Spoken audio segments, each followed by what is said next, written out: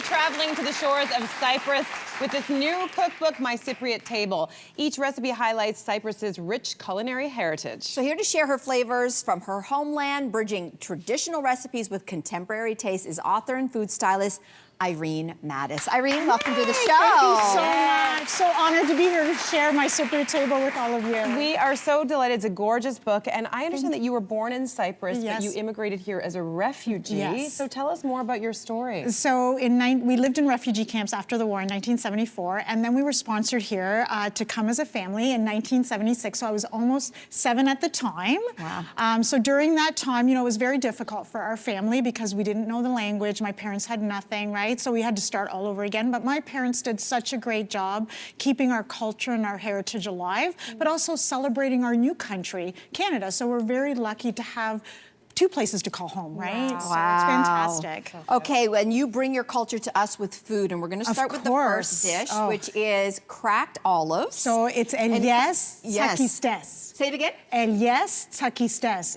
Elias is olives. Yes, that. And Tsakistes means cracked. Okay. Okay, so you have a very personal story about the olives. Can you tell us about it? Yes. So the olives is the love story that brought my mom and dad together. So my grandfather, Christopher, which was my dad's dad, he owned olive orchards in northern Cyprus and produced olives and olive oil for Cyprus. Well, my mom's parents owned a market, and they used to send olives to my mom's market, my mom's parents' market. So my mom was working there, and a friend saw her and said, "Oh my gosh, she's beautiful," and there we are. So the love story, the olives, is why we're all here today, and why My Cypriot Table is here as well. It's beautiful. So did you make these with store-bought olives? I did, and now they actually, in the international section, you can find them already cracked. Oh my God. So they come in a jar in a brine, and they're already cracked. But if they're not cracked, it's easy to do them. You just take a pestle and mortar, put them in, and give it a good, and that's it. Okay, so you mean that you take the ones with the... Without crack, like... Okay, and with the pits in them? Yeah, just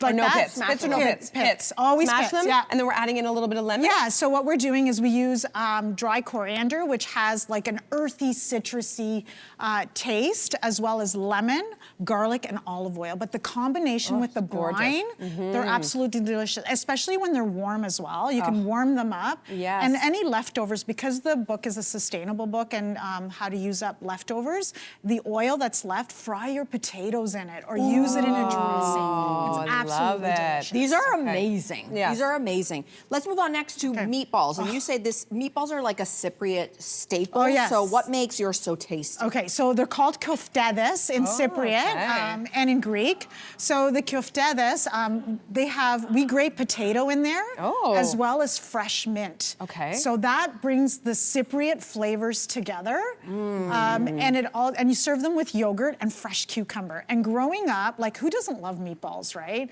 So, and because Cyprus is surrounded by the Mediterranean Sea, beach days are every day for us Cypriots, and the next day, even cold, my mom would pack them up for the beach, and they would be our beach snack. These are delicious. I also grew up on meatballs. They were Italian meatballs, and my mom also, like these ones, incorporated bread. So talk about what role that plays. So the bread actually brings moisture to them, right? Because you soak it up with milk as well. So any type of bread, if you soak it up and put it in, it gives a most moist meatball. That's so good. Delicious. I feel like anyone who's ever gone to a Greek restaurant will be familiar with this next dish, which is Spanopita. Yeah, and it's actually pronounced Spanopita. Spanopita. Spanopita, opa, right? So, very good.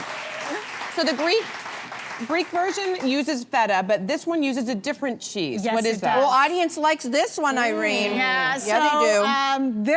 So I add feta as well and some ricotta, but the national cheese of Cyprus is the halloumi. And that is a very special cheese. And in 2021, the Cypriots won the PDO. So the EU gave the PDO, so the protected designation of origin, for the halloumi cheese, which means halloumi cheese is Cyprus. So you really need to buy cheese, the halloumi cheese that's from Cyprus. Okay, listen. This is so delicious, and I always have this question. How do you keep your phyllo layers crispy? So I do a combination of butter and olive oil. Oh. So the olive oil really, and it's because it's a savory pie, you don't want it too buttery because it takes away from the filling. So what I usually do is I mix half and half, so that way the phyllo gets so crispy. Oh, This it's is so good. good. So good. We're ending with dessert. Oh, yes. I just want to look at it, and then you tell us how you made this magic happen. And So what is it called? It's called a galette, and I find, I'm not a baker, believe it or not. I just keep it simple, and I find instead of doing a pie, this galette is just so no-fail and rustic looking. Yes. So you don't So have good. to be finicky for it to be perfect. And I've taken, and again, my Canadian roots as well, I've taken Niagara stone fruit, which is the cherry and the peaches, and they're drunken in Greek brandy. So you soak them in Greek Okay. brandy and you bake them on top. Can And I just eat with my hands, or we have to Yes, vote? Yeah, yes. okay. We can eat with our hands. Okay, so you drink, you get the cherries drunk, and then With you the peaches, with the yeah. peaches. Yes. And then you put them in this. And now this boy. looks complicated. So can you use store-bought crust? You can, but I guarantee you my galette crust recipe is no fail, and you won't need to buy store. And store-bought, Really? I'm telling you. Oh my goodness. This is like top to bottom delicious, Irene. Absolutely Thank you. amazing. Thank you. Thank you for having me. This is fantastic. Okay, everybody, you need to know.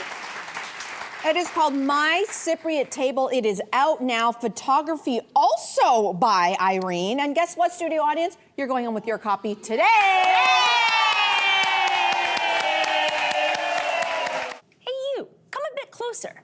We've got so many more must-see interviews, spicy debates, lifestyle tips, and pop culture moments. So subscribe to our channel by tapping the logo below and don't miss out.